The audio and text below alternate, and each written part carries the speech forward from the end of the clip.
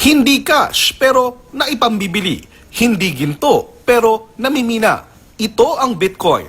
Isa sa mga terminong sumisikat ngayon sa mundo ng kalakalan. Isa lamang ito sa maraming uri ng virtual currency o cryptocurrency. Pera siya na ginagamit sa internet. So you can only use it digitally kasi hindi siya nag-exist in physical form. Pinatatakbo ito ng teknolohiya na kung tawagin ay blockchain. Blockchain is simply a accounting system. It's a ledger. So how it works is this is just for Bitcoin. Every 10 minutes, lahat ng Bitcoin transactions na nangyari around the world is kino-collect into blocks. They will add it to the chain of blocks. So blockchain.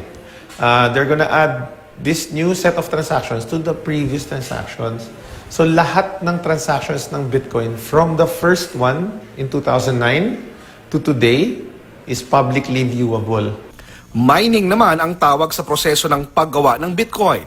Pero wag pong malito dahil hindi aktwal na pagmimina ang ginagawa. Yung mga miners are the people that help the network kasi voluntary itong network na to. So to process transactions, you need computer power. You need CPU power. Let's say ako, meron akong mga high-powered computers. Siyempre, gagastos ako ng kuryente, gagastos ako ng equipment. I wanna help the network. Ang reward ng bayad sa akin is Bitcoins. Bilang isang currency, magagamit ito bilang pambili ng mga pangkaraniwang produkto online, gaya ng damit, appliances o kaya pagkain. Naipadadala rin ito kahit saan at naipapalit sa anumang uri ng pera, mapadolyar man, yen o piso, sa pamamagitan ng mobile phone apps na nagsisilbing virtual wallet kung saan itatago ang pera online. Kahit nasa ang panig ka ng mundo, basta't konektado sa internet, pwedeng magamit at mamonitor ang Bitcoin. Paliwanag ng isang eksperto, ang halaga ng Bitcoin ay natutukoy sa pamamagitan ng law of supply and demand.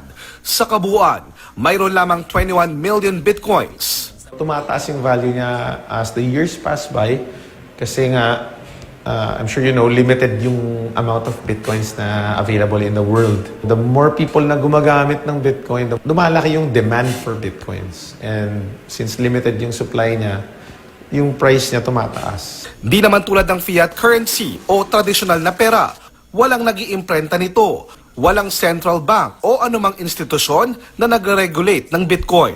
Dahil walang iisang institusyon na may-ari nito. Nababawasan o di kaya'y nawawala ang mga kaltas o additional charges sa mga transaksyon. Ito ang isa sa mga dahilan kung bakit nahumaling sa Bitcoin ang OFW na si Mondi. So we don't have to fall in line when we want to send money. We just open our laptop or our wallet application and then send the Bitcoin. And sa pagtataya nga ng BSP, patuloy na tumataas ang remittances ng mga OFW gamit ang cryptocurrency gaya ng Bitcoin. Para naman sa cryptocurrency enthusiast na si Mark, mas mabilis at mas murang transaksyon ang dahilan kung bakit siya bumili ng Bitcoin. It's an cheaper way in spending money online. Nung una, pinanloload ko lang siya. Ngayon, pinambibili ko na siya ng kung ano-ano over the net. Sa ngayon, kada isang Bitcoin naglalaro mula 600,000 pesos hanggang 800,000 pesos. Pero paalala ng isang financial expert, bagaman mataas ang halaga ng Bitcoin, mabilis naman itong magbago. Can be victimized by what we call volatility, yung biglang pag-akyat at biglang pagbagsak. Kasi kung ikaw nakabili ng Bitcoin na $20,000 isa, or malapit at that point, biglang nalaglag, ano ngayon ang gagawin mo? Kung feeling mong nadaya ka, kanino ka magre-reklamo? Wala nang nagre-regulate eh. Noong nakaraang linggo, naglabas ang Bangko Sentral ng Pilipinas o BSP ng isang circular order para i-regulate ang cryptocurrency sa Pilipinas. Nakatutok ang circular order sa mga operator o yung nagpapalit ng Bitcoin sa pera. Ang Pilipinas ang isa sa mga naunang gumawa ng hakbang para ma-regulate ito. Ang tinatarget lang namin is on the exchange when the virtual currency or yung Bitcoin can be exchanged to fiat currency. Yun yung regulated activity. Kasi sa ngayon, 2 operator pa lang ang accredited ng BSP.